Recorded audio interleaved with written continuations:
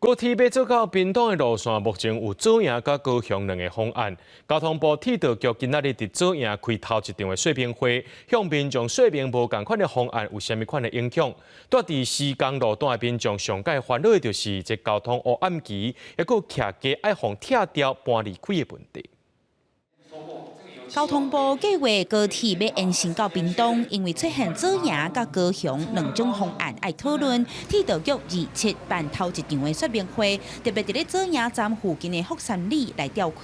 现场民众大多数对高雄方案有意见，有人表示讲高铁准若对高雄市区驶入来，安尼路线是毋是就甲代替中福咧？高铁啊，和代替有啥物无共款？和捷运有啥物无共款？ 你不是起一条新的捷运尔嘛？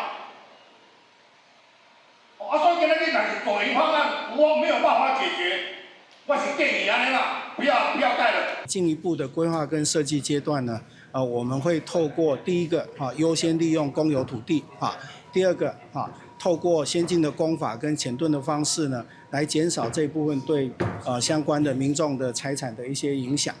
希望铁道局局长强调，准若采用高雄方案，会尽量减少工程的冲击。不过，因为高雄市才拄结束20档的铁基路地下化的工程，高雄站附近三明区的居民表示讲，新的高雄车站才拄完工，即马拢唔知影要安怎施工，车头又搁爱重新起，在地民众无可能支持。24小时呢？ 已经差20档啊，对无？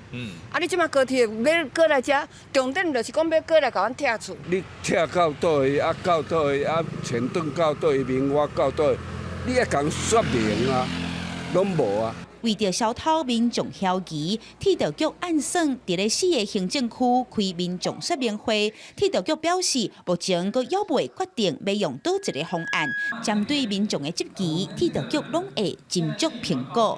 记者邱朝阳高雄报道。